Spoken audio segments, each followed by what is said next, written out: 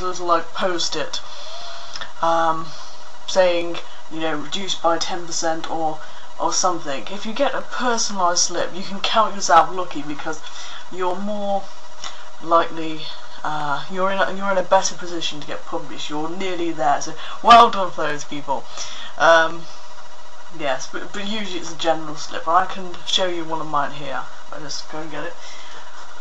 Yes, this is a rejection slip for a magazine called Raw Edge in the West Midlands, and you can see the general rejection, you know, mumbo jumbo kind of thing, signed by the editor or whoever. Yes, it's usually the editor, who's ever in charge of what goes in the magazine and how it's edited, things like that. Yeah, so basically everyone in their writing career gets rejected at one point or another, and I think the hardest rejection is your first, because you're sending some piece in and hope for the best, and you know, if you don't get anywhere with that first piece, which is usually the case, you feel a bit crestfallen. I know I did when I had my first rejection,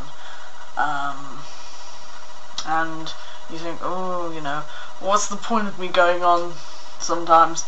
But it's through the love of writing, that's what you want to do, so you've got to keep going, basically, because you'll make it in the end.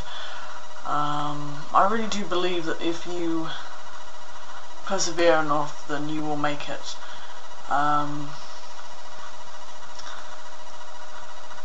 Yes, and to wrap things up, so if I'm rejected, how can I improve my work to get it published? Well, there's a number of ways to do this, and one of them is actually to get hold of a Writers and Artists yearbook, or, you know, hire one out of a library, and look at writers' circles and groups that are in your area. And if you're around Northamptonshire, which is where I live, there's this program going on called WordWorks. Don't know whether you've heard of it if you live here, but basically it's got writers' cafes and things, and famous writers' guests. Just attend anything really that you can get feedback from other people from, and also literary events. Literary events are very good because they've got guest speakers, which are usually quite famous writers, and you can ask them questions about any type of anything about the process of writing, basically, and they'll answer you truthfully and honestly. And usually I find that writers' experience is very similar or exactly the same, so no matter how many writers you'll ask about a certain aspect of writing, they'll all agree or have similar ideas about it. So usually you only need the one answer to say, this is how I can improve my work. Yeah, so that's one thing. And then another is being critical to yourself. Now, I don't know, a lot of people don't like the word critical, because it conjures up negative negative thoughts, and they're like, oh, criticism, you know, it's always going to be negative. But I'm talking about being able to criticize your own work successfully. Now, that's why going to writer circles is so important, because just sending your pieces out to family and friends, they can automatically be biased for you and say, oh yes, that's a lovely piece you've written, it's really great, it's brilliant, you know. From an editor's point of view, that's something different.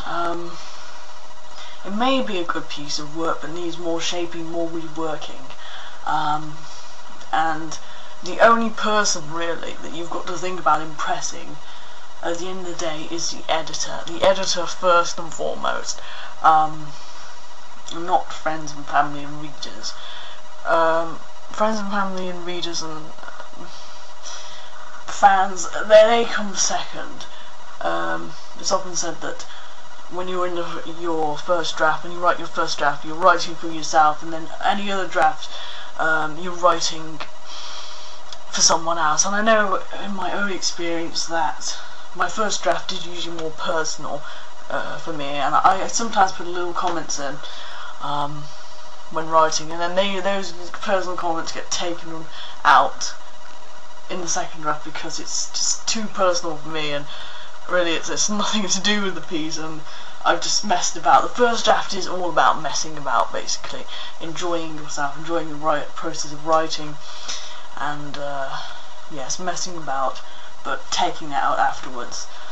Yeah, so editing, improving on editing or revision, reworking, rewriting is another way of improving yourself, and usually I find it takes hours and hours of practice to do this, as well as it takes hours and hours of practice of reading and writing to get better at writing, because editing is required, and editing is a skill of itself. You can write, but to be a writer in the 21st century or even the 20th century, you need to be able to edit your own work. That's just a fact of the matter these days. And you could argue, well, what do they have editors for? Yes, well, they edit your work to a certain degree, but it has to be up to a certain standard. And you can only reach that standard through hard work and consistent perseverance, basically. I do believe anyone who perseveres long enough will get there, because it gets easier. I'm not saying it's you know, it's so easy that, you know, you don't have to put any effort in it. It never gets like that. The writing process for me is, it's constantly, I'm constantly challenged and you know, being taught by each piece I do, so it's still not easy, but it does get easier.